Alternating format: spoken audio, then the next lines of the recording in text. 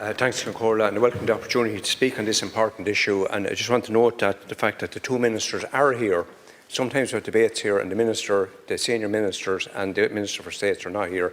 And just to note the fact, for most of this debate, there was three ministers here. And while we might disagree on a lot of things, I think it just shows that there's a seriousness, and there needs to be a seriousness in terms of the changes that need to be made here in this sector. The tillage sector does need an uplift. There was a saying, one more cow, one more sow, one more acre under the plough, which some of you are familiar with, but we didn't get the 1 acre under the plough, and we're not getting 1 acre under the plough. And there's an issue of sustainability, and it's not just environmental sustainability, but economic sustainability, and input costs have gone out through the roof, and that's the simple facts in terms of the tillage sector. The decline in numbers has been outlined. The number of full-time tillage farmers in the state is in the region of 4,500. There's a huge decline, ministers, in it, and you know this. And we need to have a seismic shift here. This isn't just about doing nothing at the edges. This needs to be a national mission at this stage to get more land under tillage for economic reasons, for sustainability reasons, and for environmental reasons, and for heading off the huge fines, Count Corda, that are coming at us from Europe in terms of meeting our obligations. Unfortunately, tillage farmers are leaving in droves. The day of farmers having a few acres of beet, a few acres of grain, side by side with cattle or side by side with dairy, is gone. And we need to address this. The viability of the sector is under pressure. I've met with representatives of the tillage sector over recent months, and they have outlined it very strongly to me and individual tillage farmers, and there is no doubt about it, they're under pressure. Milk is going well for now, beef is going well for now, but the tillage sector, the margins just aren't there.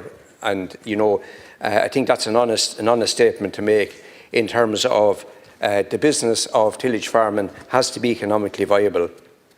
So we need that huge shift in terms of direction towards horticulture. The horticulture and indeed tillage generally, the horticulture sector is nearly wiped out. And we need to face up to this. We need to face up to this and deal with this. Now, the budget, and any increase is welcome, the 50 million that you announced. But, there's 20 million that will go on ongoing schemes and ongoing commitments, and the 30 remainder is not that much of a change from last year. The government was reported as promising 60 million. That's what IFA figures are saying. And that's certainly needed. The figure of €100 per hectare subsidy is clearly inadequate. And I would appeal to you to look at this again, because what people in the sector are telling me, and have been telling me for a long time, is that it needs more like €100 per acre. That's 220 or 240 per hectare in terms of supports here. And we need greater diversification and to broaden the range of crops as well, and particularly cover crops. And could I just say, in relation to the loss of the beet sector, that's been a huge loss, and not just a financial loss, it's a loss in a lot of other ways as well. Typically in Taking Leash, when it finished, there was 360 beet growers in the county, and that's just one small county. Those farmers hadn't just a cash crop, but they also had beet pulp in December typically. In January they had beet tops like Catalohan when there was no feed. So they were able to reduce import, or able to reduce their feed costs, and that's very, very important, because now what happens, everything has to be bought in. Everything has to be bought in, and that's creating a huge add-on cost for farmers. We have a climate emergency. Farmers to high meat want to play their part in that, but we must allow them to do that. Teagasc have highlighted the very unique position of tillage in terms of reducing our carbon output. That's widely accepted per acre. It's far less now than dairy, for example. And there's the dairy farmers are doing well, and previous speakers have said that, and that's all well and good. But I think it's important that we recognise that the tillage sector has a huge role to play here, and the fact that the tillage sector has contracted so much in recent years hasn't helped us in terms of getting down our emissions in a sustainable way. Also, we have to look at our international commitments and what we've signed up to. Whether we like it or not, we need to head off the huge fines that are coming at us. It would be unsustainable. There was a budget passed here last week, and I'll tell you this, folks, that budgets in years to come, if we don't do something about the fines for not reaching our climate targets, it's going to be astronomical. It'll be a huge burden on farmers and taxpayers, and that's who's going to pay it. There's nobody else. There is nobody else to pay that. In terms of, so we need more supports there, and we need to diversify. And I would ask you as well, and ask Deputy Minister Hayden, don't give up on the beat altogether. There was attempts, and you know this. You met some of them, and I met. There was different lobby groups, and there was groups of people, groups of farmers coming together, and groups of people from the agribusiness sector coming together. And you would have met them during the term of recent governments in terms of trying to get that back up on the road again. And we need to be getting it up going again.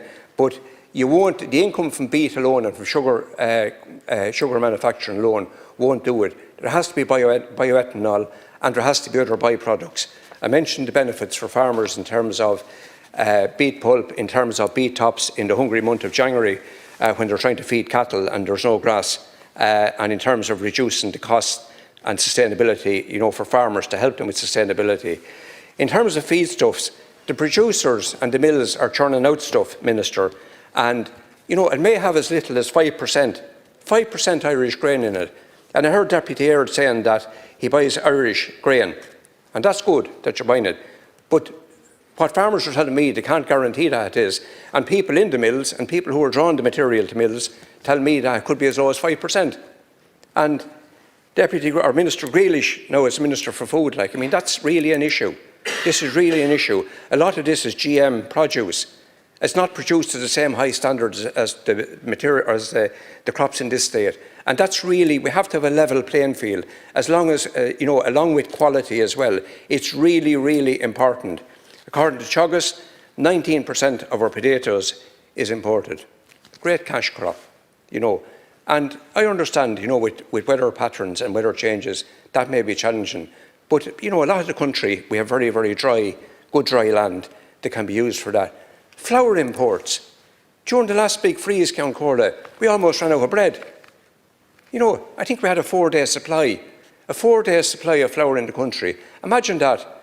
A country, a state that used to grow used to produce all its own flour. Flour mills all over the place, in Sallins, in Portlaoise, great employment from the Adams family in those industries. That's gone.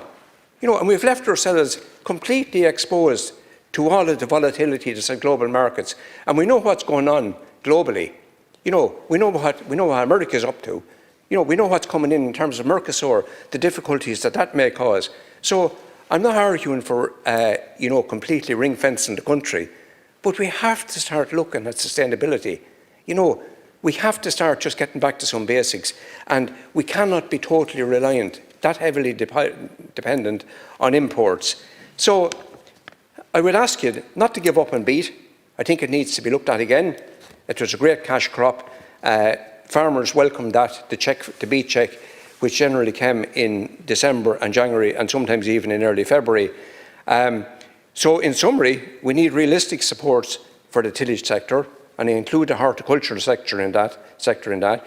We need trade recognition for genuine Irish produce, and we need to up the amount of grain that we're producing here and produce that can be used for animal feed, and to be able to say that and certify that it's Irish. This is not about putting barbed wire around the country or anything like that. Obviously it has to be international trade. I recognise that, but we've become overly reliant on it, and when it has to be hauled from the far side of the world as well, it does make it more expensive. So realistic supports for the sector, trade recognition for genuine Irish produce, and a massive expansion for food and animal feed security. And this will help us reduce our carbon footprint and our carbon output per acre, but also provide cash for farmers. And I can tell you that farmers in Laois, will step up to the plate. The ones I've met, that have stuck with the tillage sector, very, very lean pickings off it. We must help those farmers to stay there. We must grow the number of farmers that are involved in tillage. And I would ask you to look at some of these areas again and to give it due recognition. We now move